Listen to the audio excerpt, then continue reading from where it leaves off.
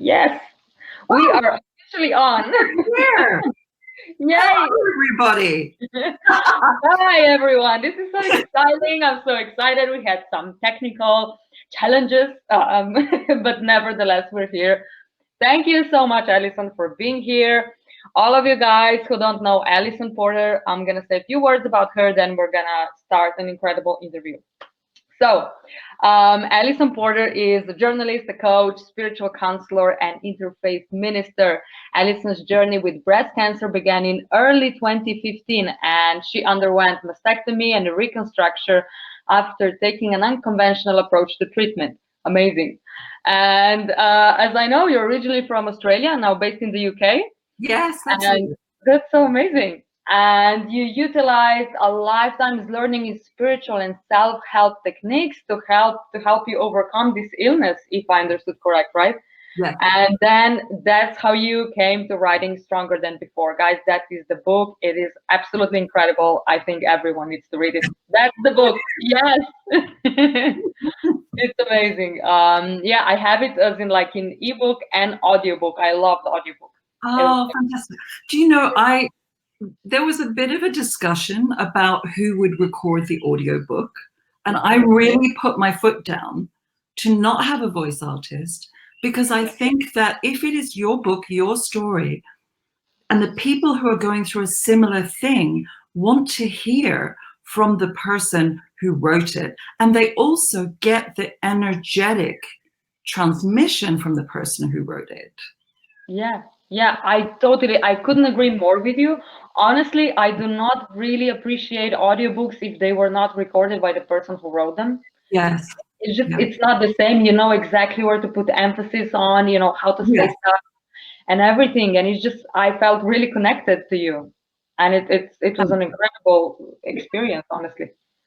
To me, that was the issue, was that because the people who are reading it largely will be going through a similar experience. Yes. So you want them to be able to connect with you and so that they can see themselves in your experience. Mm-hmm. Absolutely. And you have a really great voice. I was like, oh, it's so soothing. I love listening to your book and everything. Honestly, it's so great. It's so good. So yeah, now you're mainly like focusing on now supporting women with breast cancer, like coaching them through like all stages of the illness, right? Helping them to make the choices that are right for them and empowering them through self-care. And I love how you say kind of like that you see this cancer as transformational process that can catalyze like enormous growth, and which basically means that it's bringing the potential for a life of far greater meaning. I love it. I really do. You know, when life is in short supply, you get very intentional about it. So then you start asking yourself the question of like, if not now, when? Like, if I put this off, am I ever going to get the chance to do it? So it's suddenly your focus gets laser on, actually, what do I want to do with my life? Who do I want to be? So you can much more easily let go of old patterns, because it's something like the devil's driving at your heels. So it's like really, in your face. It's like wake up. Motivation. I mean, if that's not gonna motivate you, right? It's honestly, it's a brutal wake up call, in my opinion. Yes, it is. But then it is a brutal wake up call, and I'll hand on heart say that for myself, because we don't listen to the smaller voices along the way. I mean, in my experience, and also like the clients that I see, it's never just like nothing and then boom, car crash or something like that. It's always kind of like small little things, but usually we're so disconnected. We don't even hear them or see them or know. Or realize. Now, having done so much research about cancer, a lot of the precursors are inflammation in the body. So, and I have things like chronic fatigue. So clearly my bodily systems were hugely overloaded. Chronic fatigue, fibromyalgia, all of these things. And yet still, I didn't connect the dots. So, and doctors don't connect the dots either. Yeah. That's why we need to do that. Yes. We need to wake up. Absolutely. Yeah, we need to. Yeah. So thank you so much. Welcome here. This is so exciting. I'm so excited, honestly. So we're just gonna start. We have several questions, guys. Some of them came from you. Yeah. I mean, if we're gonna be talking way too long, we're just gonna cut some questions. It's okay. So I have a question. The first one for you. So why do you think cancer developed in your body, and like what did you kind of get out of this storm, and kind of where were some reasons hiding for you? You mentioned something just now, inflammation. Was there something else Yes. maybe? Yeah. Can you hear? Yeah. I did mention to you before that I would be photobombed by a cat at some point. That's okay. They're cute. We all love cats. Yes, he's just screaming because he doesn't like his breakfast and he would like me to give him a different one. And that's not going to happen. Not right now. So anyway, so we talked a little about what I think was the genesis of it on a physical level, but everything that I look at from a physical, emotional, mental, and spiritual level. So there were emotional issues. I was living way too much in my head. I wasn't connected with my body. I wasn't really living my purpose. So all of those things combined answer that question. And I love the Murakami quote that I opened the book with, talking about the storm. The storm leaves you different than. Yeah. But if you read the full quote from that book, Kafka on the Shore, he's there. The storm is you. Yeah. And that's really the philosophy that I took all the way through the book. That really, to heal ourselves, we need to know ourselves, and to know, because there is no, I'm going to say this right up front, there is no one size fits all cure for cancer. What works for me will not necessarily work for other people. So you have to get the balance right between all of those elements to make sure, because some people only ever address it on a physical level. They have treatments, they might change their diet, but they don't do anything else. But for other people, it can be tremendously important to do the emotional work or to find purpose in life, because there's no, they're going through the motions. One thing I did discover that is not really in the book, because I think as a realization it came later. Cancer, some people call cancer a death wish. I don't think it is. I think it is a not life wish. Like the life you've got. Yeah. But you still have options. We just generally, I would say 90% people don't believe. We all just been so conditioned, and cancer is this monster, and we all know people who unfortunately passed away, and this tremendous fear that's always connected with cancer. Fear is horrendous, but this is, I talk about it in the book, saying we're under a cultural spell. That cancer is a thing that comes in from the outside, or it's in your genes, and there's nothing you can do about it. And that's just not true. I know. Research has moved on. Cancer theory has moved on massively to understand that it's our own internal environment that creates fertile soil for the body's immune system to stop functioning, stop killing off cancer cells. Then it's fertile soil for cancer to grow. Yeah. So that's definitely, I couldn't agree more with this. I myself healed different chronic diseases, but not all with the same approach, but all of them kind of included, bits of this and bits of, mental clarity and purpose, and especially listening to myself, going after what I really want, remembering YOLO, that we're also gonna quickly mention in the end, which is a lovely reminder, very simple, but to the point. You only live once, at least in this body at this time, if you believe in that one. Yeah. I believe it's more than once, but in this time that you have, it's short. That is cliche that everyone goes, oh yeah, life's too short. But when you have cancer or a life-threatening illness, all of a sudden it really is.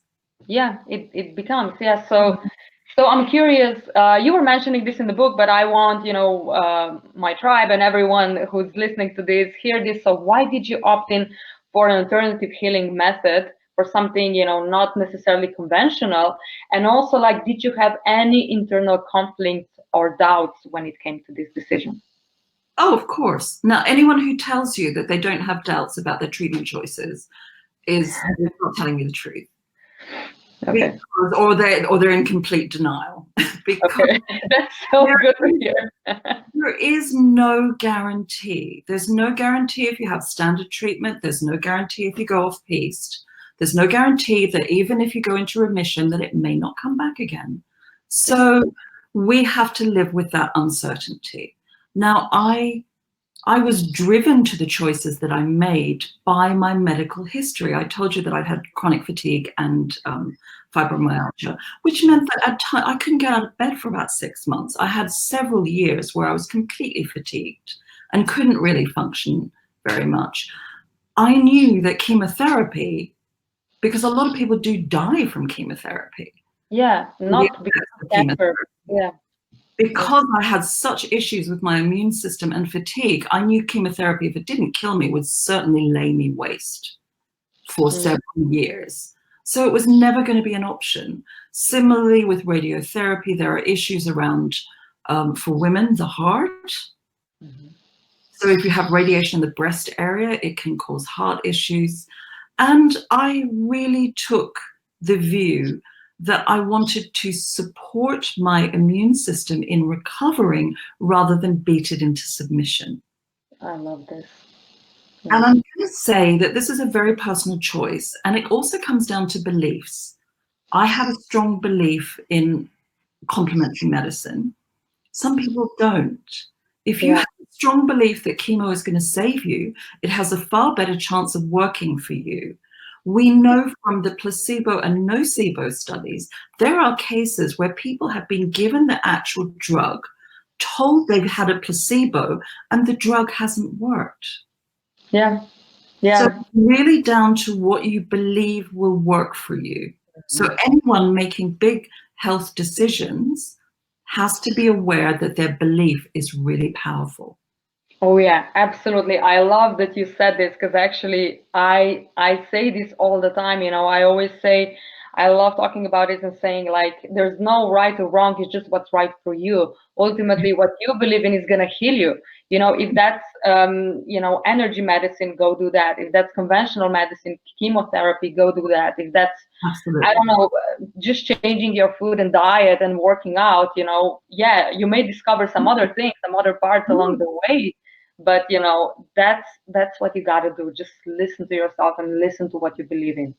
Listen to what you believe in, listen to what your body needs. The thing is, when I went for consultations with the cancer specialists, no one ever asked me what my medical history was. Ever. I had to bring it to their attention and say, I have had these issues. I had a like 2-year long-standing, you know, impasse with my oncologist because he couldn't get what I was doing. He kept on coming back at me with chemo all the time. And then 2 years later, he went, you know, I understand why you did that. Yeah, but you know, at least you got that. I heard from so many survivors, and they were like, you know, they didn't even want to know what they were doing, even though they were actually surviving when they were supposed to be dying according to their prognosis, which is kind of crazy. But I can't maybe understand them, because that's their belief system, right? There's chemotherapy and that's it. Well, it's their belief system. It's what's available. They haven't been taught anything different. I mean, certainly in my country, here in the UK, in yours, it will be a little different. But in America, the doctors who prescribe chemotherapy make money out of it. Yeah, I know that there have been so many horrible cases and stories that I heard. It's crazy. Yeah. So let's not demonize chemotherapy, but it's just one of those things that for me was not the right choice, neither by my beliefs, which was that I needed to support my immune system, and neither by my medical history. It really would have had a massive effect on me. Okay. You know, as any cancer patient knows, you've got to take care of yourself. Now, I'm single. I didn't have anyone else to look after me. I had to continue working. So you have to balance all of these factors and think, if I had chemotherapy and I couldn't work, then I would have financial stress, and that's horrendous. So it's like you have to decide which of the worst ill you want to choose. So Yeah. I went for what I believed in. Yeah, and anyone who's listening to this, maybe going through the same thing, just tune in and see, what you believe in. Just like Alison said, what worked for her may not work for you. So it doesn't mean, chemotherapy is bad. Nothing is bad. It's just what you really want, what you believe in is going to help you, and Absolutely. that's it. Yeah. So, what can you point it down to what's the most important thing you did when it came to healing, something that really healed you, or if there were a few factors that really made a big difference? I think it is very difficult to isolate one thing, and also because people will fixate on one thing. But I did radically change my diet. I did look at the emotional issues that I had. I looked at behavioral patterns. I calmed down stress.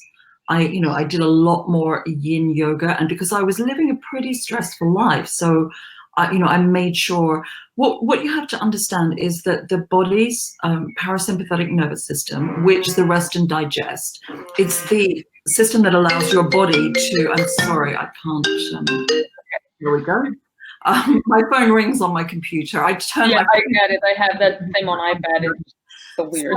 So, in order to engage your body's healing capacity, you have to allow the parasympathetic nervous system to kick in.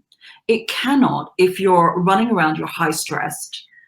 While you are high stressed, that is creating some kind of toxic chemical soup that creates inflammation in the body and sets the scene for cancer. So actually relaxing, dealing with your emotional issues, because any difficult emotion, any resentment, unforgiveness, all of those things that you hold means that you think they would just stop. But anything that you hold within you and you're replaying those negative emotions means that your body, your biochemistry is responding to that. Yeah. Now, the good side of all of this toxic soup is that there's the new science of epigenetics that tells us that gene function, so cancer proliferating genes and cancer protective genes, can be turned on and off by our lifestyle. So that's what I'm saying. It's a whole big picture. Yeah, I love this. It just gives us way more power and options. Whereas before we're well, my mom and my grandma had cancer, so of course I'm gonna have it too. No, that's how it used to be. Yeah. I think generally, unfortunately, there's still a lot of people, and still is. People are still talking that way about BRCA. But here's what's interesting about the BRCA gene.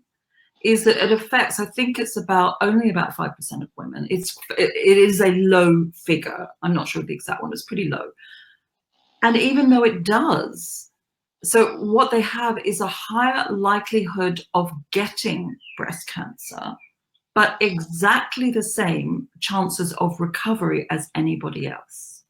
Yes, yes. So if someone says, remove your breast so you won't get breast cancer, you have to weigh that up with whether the trauma of losing your breasts, yes, you have a higher chance of contracting breast cancer or developing breast cancer, but you have exactly the same survival. So it's survival rate. So it is not a death sentence. And I think we need to, because our approach to cancer in women, breast cancer, is primitive.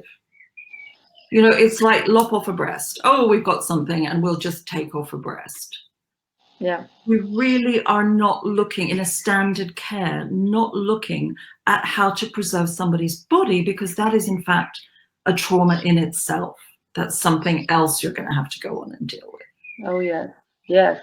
It's not just, or for instance, or with glands, some of them need to be removed, but when you remove a breast, that's totally different. It comes to femininity. It comes to how you feel about yourself, and everything, I can only imagine.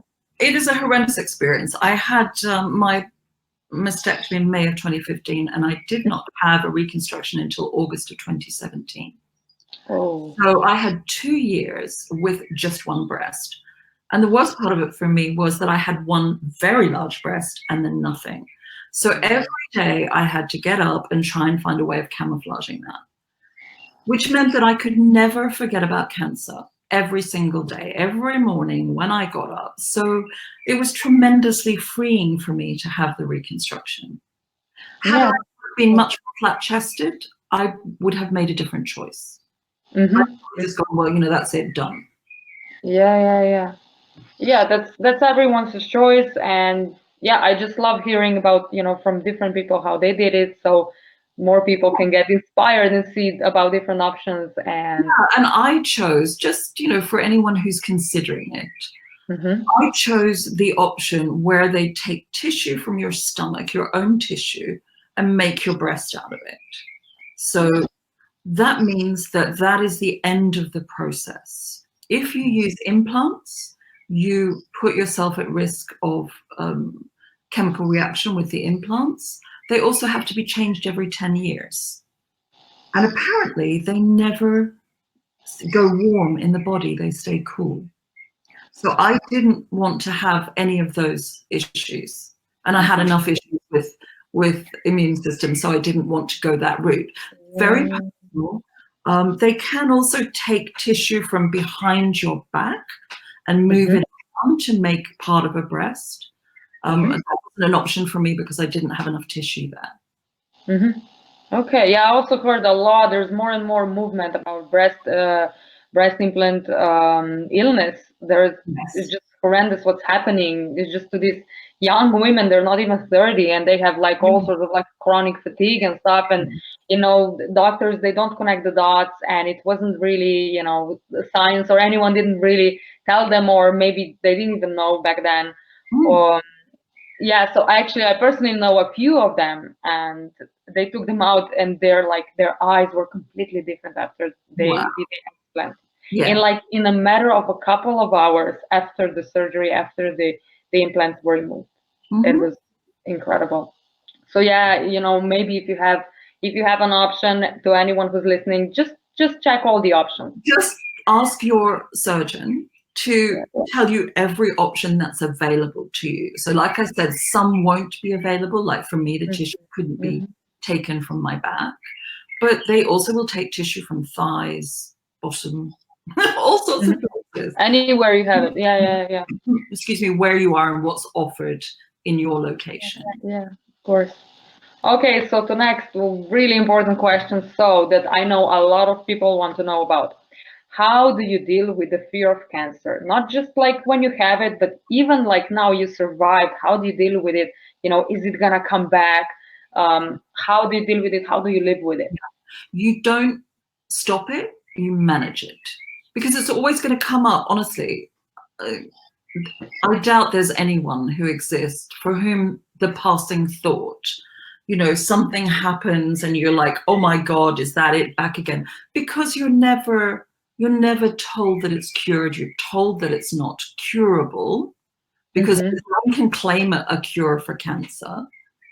So you have to learn to live with it. And the way that you do is, when the fears come up, you have to realize you don't want to waste the life you have left worrying about something that may never happen. Yeah. Because you could absolutely ruin the rest of your life's experience by just living in fear. So there's a kind of 3-part process. First thing is the breath. As we all know, if you calm the breath, you calm your nervous system. Yeah. So that calms your mind. The important thing is to breathe deeply, because as you breathe deeply and further down into the diaphragm, into the stomach, you're stimulating the vagus nerve. So you are stimulating your parasympathetic nervous system when you do that. So breathe deeply, exhale longer than you breathe in, because that is more calming. When you've got yourself in, so that's the first part of self-soothing. Then you just have to be where you are. It's a mindfulness thing. It's just, you have to give yourself the safety of the moment and go, I'm safe in this moment. I am safe. I have a roof over my head. There's food in the fridge. You know, I have good friends. I have family. I have people who support me. I am safe in this moment. I am okay. And bring yourself back to your body, bodily sensations, nice cup of coffee, nice cup of tea, something that puts you, when you're in the body, you're not in the mind. Yes. But bringing it back down into the body, I am safe. You give yourself the safety. Now, if the mind starts to wander a bit, it's like you can question it. And you say, well, what if this happens? Your mind is off. And then you're like, is that true? Is it necessarily going to happen? Back to safety. In this moment, I am safe. You don't want to go into the future if the future is terrifying. You always want to be in the here and now. Yeah, because honestly, because like exactly what we're imagining is honestly, it's just our story, you know, the image we are producing it. It doesn't mean it's actually going to happen. And there's always two sides, but we always have a tendency to focus on the negative, and that's why it's so much.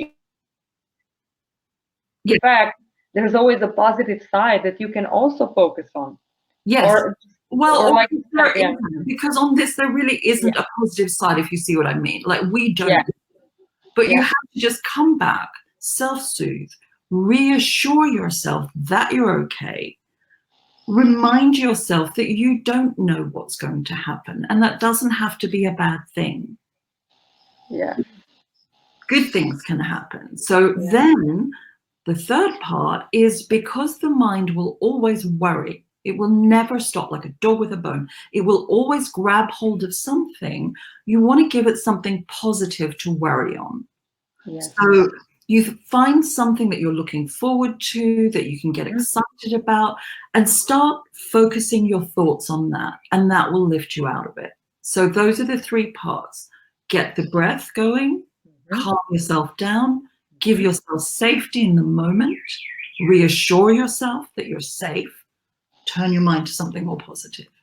Yes, because we always have the power what we focus on. And I love that you said this. And I also know how challenging it is, especially like if you're in pain or going through something like that. Oftentimes it seems impossible to focus on, you know, on the positive, but you also have other options with breath. Just you explaining it right now, I just already feel so much power. It's what I always think, well, what's the alternative? The alternative is I indulge my thoughts, my terrifying thoughts, my awfulizing thoughts. And then what happens? I feel miserable. I'm not enjoying my life. And, you know, I don't know how much of it I've got left. So, as do none of it, by the way. So that's what's the alternative. The alternative is to be miserable. And I don't want that for myself. I didn't go through all this shit to be miserable. Exactly. Oh, you're amazing. You I love it. You're so strong. So we spoke a little bit about emotions. You said like emotional healing, and I see just, you know, I like mostly emotions get so neglected. You know, we try all of our lives to kind of ignore them, to repress them, to do whatever it takes, not to deal with them. And I'm curious, like how can people and women deal like with anger, with resentment, with you know, how did you deal with that? Because I know this is truly healing. Yeah, well, you know, anger is interesting, because I was talking to somebody the other day who is going through this, and I've heard the story from many women that their husbands cannot deal with their breast cancer. Husbands are not in a position to be supportive because they may have lost another family member to breast cancer, and now they're feeling like, oh, what if I lose you too? And it's like, I can't cope. Then the poor woman who is actually going through it is left sitting there with no support because her husband can't cope. And so I was talking to a woman the other day who was experiencing this, and she was going, how do I deal with the anger? And I was saying, well, you know, one, go beat a pillow. I mean, seriously, go punch a pillow and get it out. Get that, because those feelings should not stay in your body. You have to get them out somehow. The other thing I was saying to her is that, as Peter Levine, the trauma specialist, discovered, when animals are traumatized, like they've been attacked, they get up, but they've survived the attack. They get up, they shake, and they let it go. And they just get up and they move on. And actually, physiologically, we need to do this too. We need to shake. When we've had a difficult encounter with someone, we need to find a way to literally shake it off. So I was saying to her, shake it out. Punch a pillow, shake it out. Yes. Yes, absolutely. Vent to a friend if you need to. Because sometimes, but what you want is a friend who just listens, doesn't try to fix it, just listens. Because you're going to go on and have a relationship with your husband or whatever and your friend, and you don't want your friend to be sitting there feeling resentful of him or create any difficult dynamics. Yeah. So you want to say to your friend, I am so frustrated with this. Can I just vent? Please don't try and solve it for me, fix it, anything. Just let me say it. And then go for it. Just say it.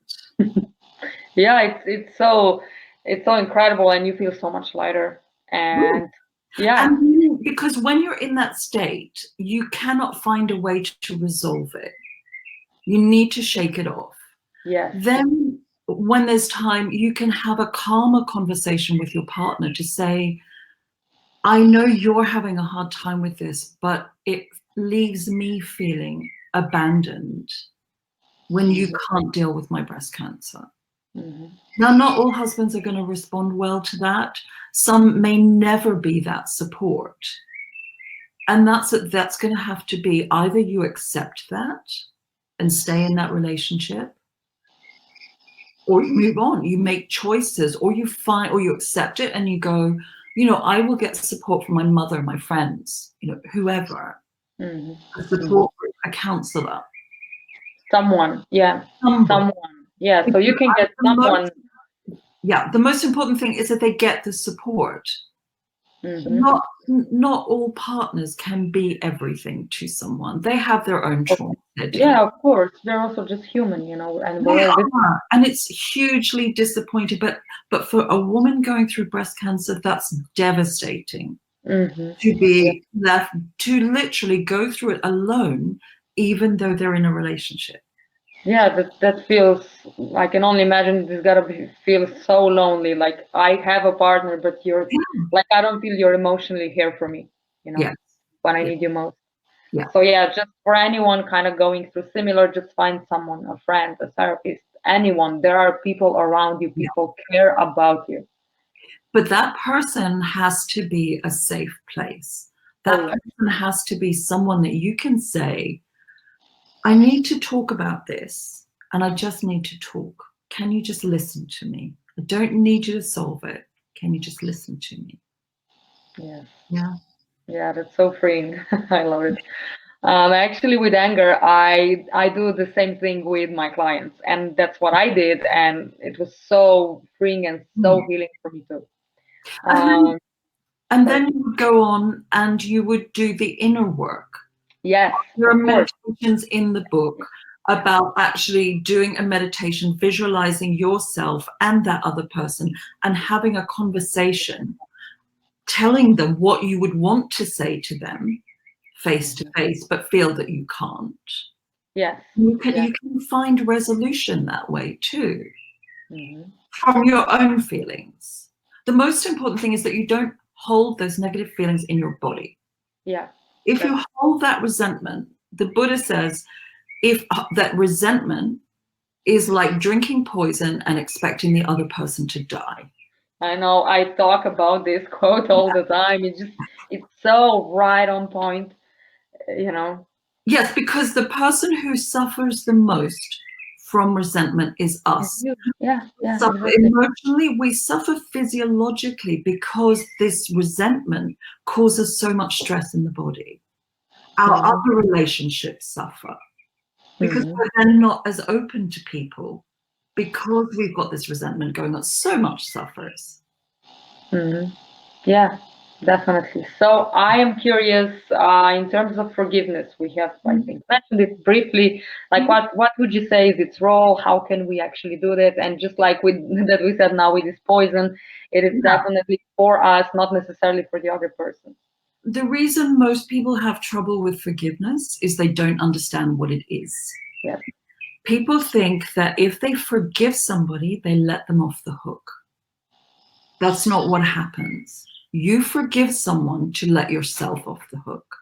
Yes, exactly. Otherwise, you are trapped in this cycle of unforgiveness and hatred and all the toxic emotions that come with that. So forgiveness is to overlook something. It's to decide, I want to get on with my life without holding this unforgiveness in my heart. It doesn't excuse or condone their behavior. It just sets me free. Yes. Yes. And Yeah, I goes love this. through Yeah. a meditative process where you sit down with them, you have a kind in meditation, a visualization where you're talking with, you try to listen to the reasons why they did what they did, you make your case. It's a very spiritually creative thing. When this happens, you'll be surprised what comes up Yeah. and how the feelings within yourself start to resolve. Yes. And You're not just the way, excusing yeah. for them, you're not condoning it, but you are releasing yourself.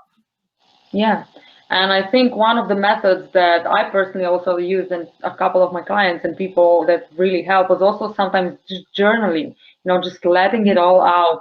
Sure. And that's very, like, it's like very Yeah. cathartic. Yeah. And often people will write the letter of the thing that they could not say. Write that letter, burn it. Don't send it. Yes. Whatever you do, don't send the letter. All it's usually going to do is just stir up more anger and whatever, but just write, because when you know that letter's going nowhere, you can say exactly what you want to say. You can say exactly how you felt. You can say exactly how you were impacted, how much hurt it has created, how your life has suffered because of it. And you can let all of that toxicity out on the page and then set fire to it. Yes, and another thing I also do with that, I love the letter because I did it myself too. And I actually sometimes, if the clients are up for it, they read me the letter, because this way everything goes out, everything that needs to go out, it goes out, and Yeah. that's kind of like, it's really healing and it's so freeing. And yeah, I would definitely recommend anyone who kind of feels like There's they have some things to work on. And There's also a couple of small things that you can do. There's Marianne Williamson has a saying of, when you have difficulty with somebody, you can just, and they come up in your mind, you can say, I bless you and release you to the Holy Spirit. Now you can do that. You can say, it doesn't have to be the Holy Spirit. Say whatever you want. I bless you and release you. And just to, because in blessing that person, you are letting them go. yes. You are sending them out of your life. So by blessing, it means that we're not holding on to that person. Now, the other thing, if you have tricky people in your life, is loving kindness meditation.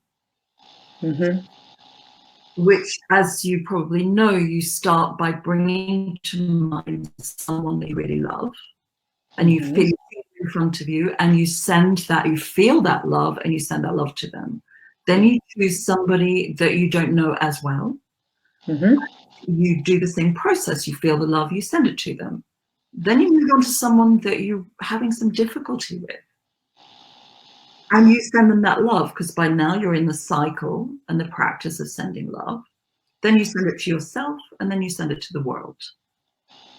Because you've already done it with somebody that you feel something for, it becomes easier to send some love and blessing to the person that you're struggling with. Yeah. Practices. Pick and choose. You find the thing that works for you. Exactly. That's why you got to try a couple of different Mhm. things and see, oh, wow, this really resonates with me. I feel really great after this technique or that. And just, yeah, just listen to yourself. You're going to see your results and how you feel. And that's the best compass. I love this passage in your book. It said, you need to take charge of your health, research your options, and become your own authority in the treatment process. And the other one, to survive and thrive, you need to be a kick-ass advocate for your health. I really love this Yeah, because yeah, you do. I love this. Yeah, because I used to be like this. It's just like sitting back, listening to what they had to tell me, and they were just like, oh, it's gonna come back when it's gonna come back. You need to take that and that, and I just felt like I had this passive role, and I didn't have any say or any right when it came to my body. That's how I felt. I didn't even know there were options out there until I was kind of cornered and had to figure something out. So my kind of question is also for everyone here, how can we develop this intuition to choose the right thing even though we kind of feel bad because the doctor is telling us we should do that? Well, that's going to come from an inner strength, isn't it? Because you have to believe in yourself. When you're fighting a cancer, I'm about to use the word battle, but I don't really agree with it. So when you're dealing with cancer, you need to be able to, like, your first priority is saving yourself. It Yes. is not just doing what a doctor tells you. That is not your priority. You as an individual have the right to ask questions because you want to understand what it's going to do for you, what are the risks, what are the side effects, how much more survival period it is likely to give you. So let's say you have a radical treatment like chemotherapy, but it's only going to have a 2% effect on how long you live. You have to weigh that up. Is it Yeah. worth going through that to get that? But you can't get there to make that decision unless you ask questions. You got to Yeah. ask a question. And And I think, a yeah, sorry. doctor is trained in a certain stream. Here, if you have a problem with your foot, you go to the foot doctor. If that starts to refer into a problem with your knee, you go to a knee specialist. But you never get anyone who goes, actually, the problem's coming from your hip. Yeah. And Yeah, I know that it's, I really miss that kind of like holistic approach to it. Oh, you yeah, have this and that and that. Let's see, yeah, if this can be somehow connected, because it's like in my experience, it's never coincidence that you have this and that and that. They can all interact yeah, together. yeah. And so yeah, but I think most of us we just, and the women that I know, like we feel so guilty and kind of like, asking these questions and doubting the so-called authority. We Let's be clear. You are not doubting them. You're asking a question. Mhm. That's a basic human right. Yes. This person is going to cut off a big swathe of your body. Do you think you can't ask a question? I love this one. Yeah. Insane that we give. So I bring this back to power. You have Yeah. to own your own power, not give it away to somebody who has a limited speciality. They're not gods. They aren't even gurus.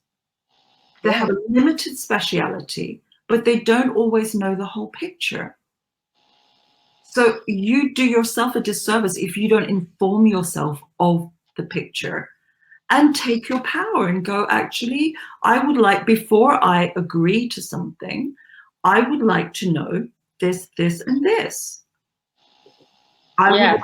to be given figures on 5-year survival rates, 10-year survival rates.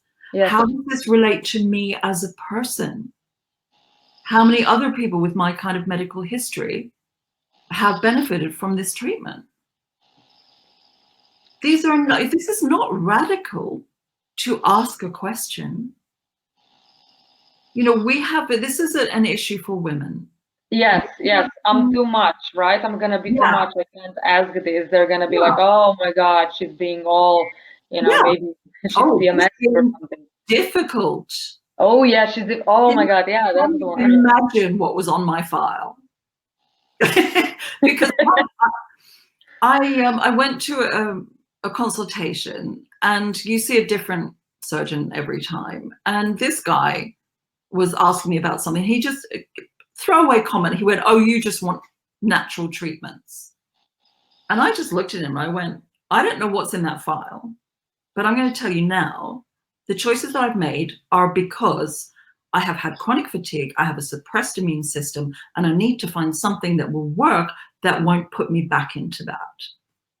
All of a sudden, I got called to see the senior oncologist because everyone had just dismissed me up until that point as, you know, a lunatic who didn't want to have chemotherapy.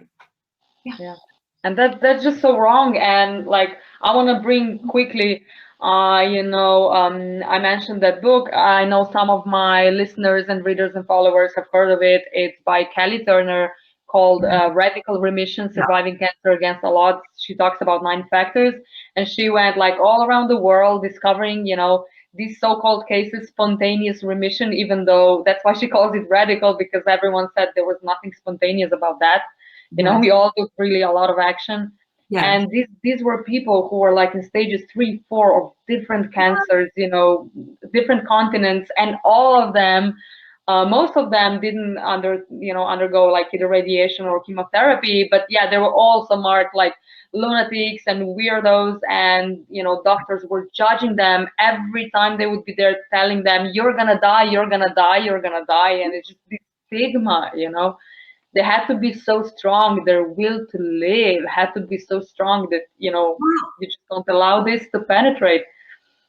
Yes and no, because I think that book, the genesis of that book, came from a New York Times story about a guy who was given a you know, incurable cancer diagnosis and went home to Greece to die. Yes.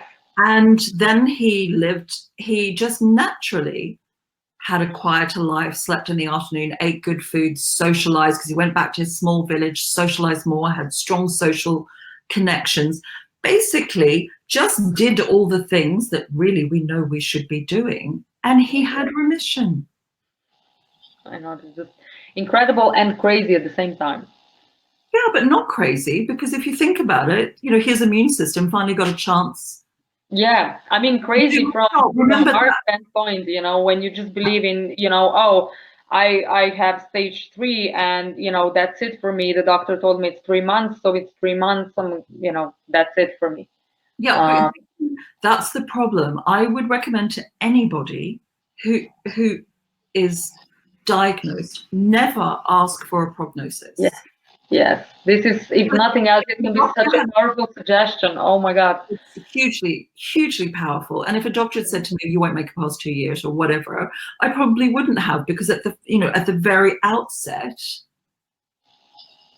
I was just like, oh, okay, you want me to have, so I'll have surgery. You know, I was really just completely blindsided by it. But I didn't. I mean, actually, from pretty much the beginning, I was already starting to kick off, because there's a story in my book about going to see a consultant. So after the initial diagnosis appointment was given by a lovely female surgeon, very kind, I then went to have the kind of treatment discussion.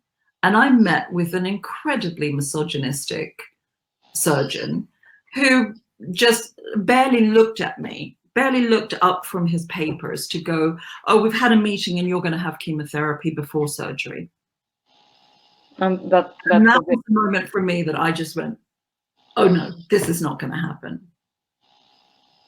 And I started asking questions and he got really angry. It seems like that shouldn't happen. You just ask questions, right? Yeah, and just asking a question is the bare minimum they should expect. You should be able to fully understand the ramifications of everything that is being offered to you.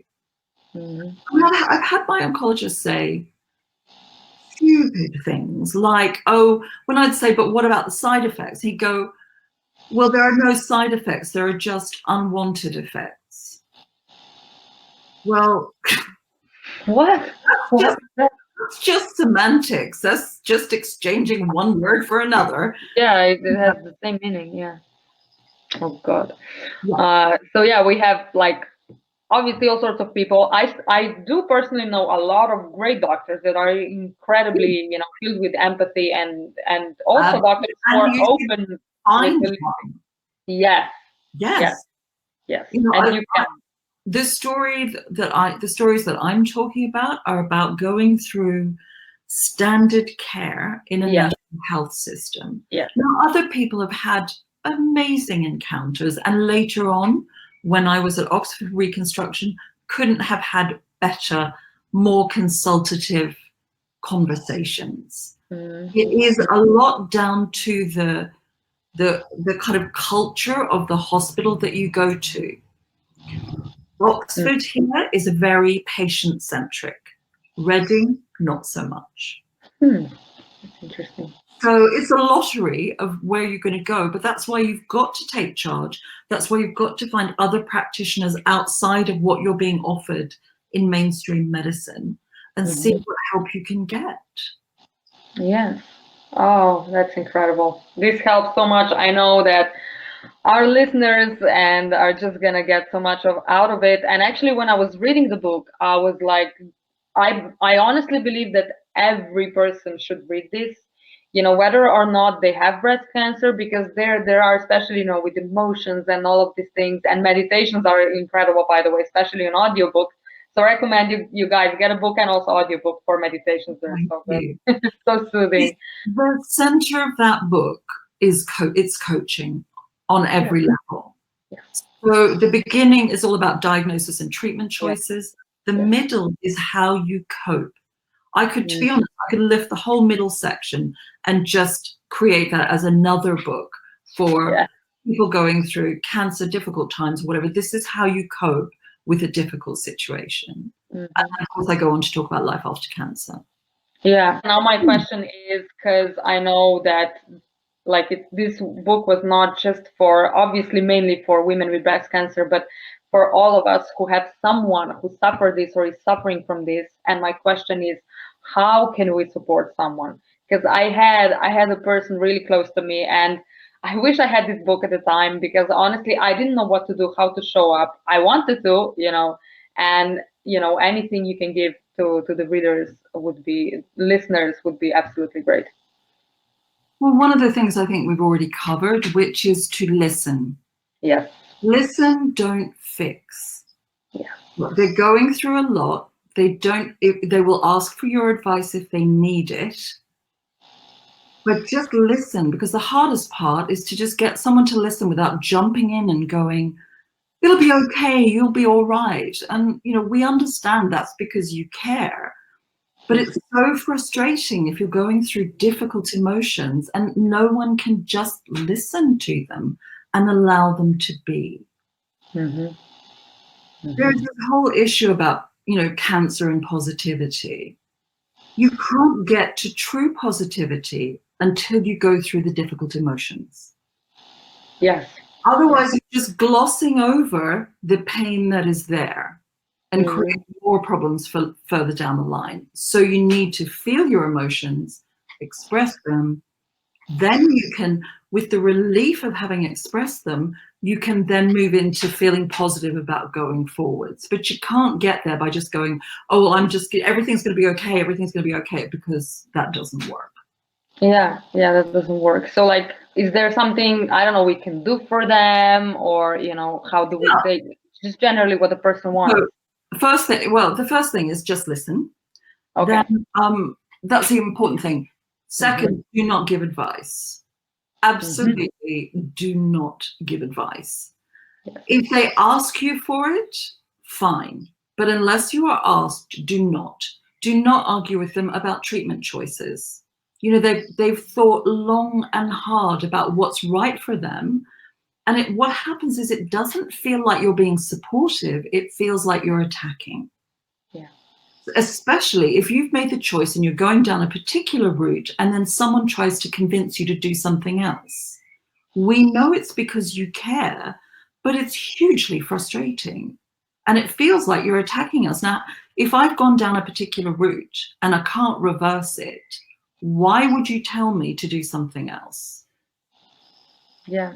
It just makes you feel bad and feel with doubts, and even, Yeah, they're just giving you stress. Yeah. That's not what you need. So, show up, do things, bring them some food, understand they have bad days, always text first or, send a message and say, are you up for a visitor? Because we all have bad days. Offer to do things. But the one thing we all hear when we're diagnosed with something terrible is, let me know if I can do anything. Well, a cancer patient or anyone going through any illness has enough on their plate without thinking about giving you a job. It sounds like a kind thing, but it isn't really. So the kindest thing you could do is, would you like me to come over and pick up the kids from school? Would you like me to come over and bring a takeaway? Can I do this for you? Can I pick up some groceries for you? It's offering to do things. So more offering than just asking, right? Yeah, just more offering. Say, oh, could I do this? Do you need a lift to your hospital appointment? Can I pick you up? Can I bring you something? What would you like? And then go with them. I've had a ton of fun after cancer appointments at the hospital with my friends. We just go, then we have a nice lunch afterwards. We do things. So we turn it, instead of like another boring hospital visit, we'll go off and have lunch or go shopping or do something. So just, or bring them a funny movie to laugh at, because everybody needs a day off from cancer. Oh, yes. Yes. And I really love this. I think even, if there's just this thing that we can get out of it, because I know so many people, they want to help, but they're like, I don't know what to do or what to say. And then they get all cautious around them and like, can I even say something? Yeah. And they all have we all have the best interest in our heart. It's just we don't sometimes know how to express it and show it, Yes. Oh, and by the way, great. Please don't tell stories, because I've had stories like this at dinner. Oh, God. Please don't tell stories about people who've died from what I've No. I would say get them the books and the articles of people who survived against all odds. Do that, nothing else, okay? Yeah. Tell me a story about somebody who survived, but please don't tell me the story about the people who died. It's yeah. So everyone listening, please, do that. Okay. It doesn't help. It makes you feel horrible, and it makes you feel like, okay, I'm gonna die too, because people are dying. No, we have to give everyone a positive suggestion. It takes a lot of energy and will to stay strong. Yeah. So what you don't want to be doing as a friend is kind of threatening that, attacking that, introducing ideas of dying or whatever. What you don't want to be doing is making it harder to be strong and to be positive. Yeah, I definitely. Yeah, thank you so much for this. So, one question about, I mentioned the YOLO philosophy. What would you say, in terms of breast cancer or basically any other cancer? How can we kind of apply this and have a lovely reminder, guilt-free reminder, of you only live once, and how to make the best out of it? I think it's more about, it's my life. It's my life. I choose what happens to it. I choose what happens to my body. I make decisions for myself. I get to ask questions. And then I get to take this experience and decide what's important and meaningful for me from this, so that I can create a better life. Because while I'm here in this one life, I want it to be the best life that it can be, that is truest to who I am. Yes. Oh, that's beautiful. That's beautiful. So do you believe that to some instances that your cancer was actually your blessing and your teacher? I call them dark gifts. Oh. So they're gifts that come out of difficult circumstances. So going into it, no, you're not going to go, oh my God, this is an amazing gift. No, nobody thinks. Oh, no. But later on, maybe, yeah. But what happens is, over time, you realize that the storm has changed you as a person. That it has helped you to let go of patterns that were not supporting your well-being. It has helped to refine what it is that's important for you. Mhm. You know, it can set off people on a completely different trajectory. You know those stories of when people lose their jobs and then all of a sudden, and that they think it's the world's biggest disaster. And then before you know it, they've started a business they've always wanted to do, or moved to Yeah. the world, or whatever. This is post-traumatic growth. Yes. The trauma that you have, that very dark thing, has gifts. Yes, and that's really the beautiful thing about it, because also this way you can actually do usually way more in terms of what's your purpose than before, Yes, or absolutely. this extent. Yeah, yeah. So I think that's pretty much it. Kind of, I just want like everyone to know, do get Alison's book. It's incredible. I really enjoyed it. And I have another question, just very quick. Where can we find you? Yeah, this is the book, Stronger Than Before, Alison Porter. Yes, so you can find the book on Amazon, all good bookstores. Okay. Go to a bookstore, buy one in a bookstore, support them. Support All the writers business. love bookstores. So get one in your local bookstore. If you can't get one online, you can find me at alisonporter.co.uk. So that's ALISONPORTER.co.uk. And actually, on the website, there is a healing priorities quiz. So you can take a little quiz and work out whether you need to work, what you need to work on first, physical, emotional, mental, or spiritual. Oh, I love this. I love this. And I love your holistic approach and just everything about it. And can we expect a second book from you? Yes, but it will be a book that touches on what we've talked about, is about women's right to stand up for themselves and live life for themselves. So, yeah. I'm really looking forward to this one. Yeah. Yeah, I am. And do you have any live events? Can we connect with you somewhere? Not at the moment. Just have a look on the website, and then I'll. Okay, I'm definitely. Well, I'm doing.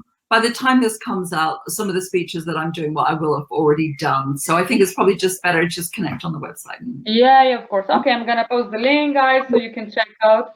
Thank you. And find me on Facebook and Instagram and Twitter. So on Facebook, it's Alison Porter Author. Same on Instagram, and Twitter is I am Alison Porter. So okay. Yeah, okay, I'm gonna post all the links so you can follow this incredible, gorgeous soul. Thank you so much for being here. Thank you for showing up, for going through this dark storm, but you know, you came out just incredible, and thank you for sharing this so it can help so many women and people around the world, just generally. You know, that for me is the most rewarding thing about having written that book. I had a message from a woman who'd found my book in a library in Australia, and she had she said she was in a really dark place after her treatment, because you know only 10% of women feel positive about life after treatment. That's a shocking statistic. Oh, wow. She felt just, you know, in that dark place after treatment and just didn't know how to go on with life, you know, after cancer. Yeah. And she said that for her, the book had given her something that all the health professionals had not been able to give her, was that hope and the ability to move on. And for me, that was just such an incredible feeling. Yeah. You're such a gift to this world. Thank you so much again for taking the time, for being here, sharing this with the world so more people can help to heal themselves in their own ways. Thank you so much. It's been great chatting to you. Yeah, you too. Have a nice day, and thanks again. Take care. Bye. You too. Bye.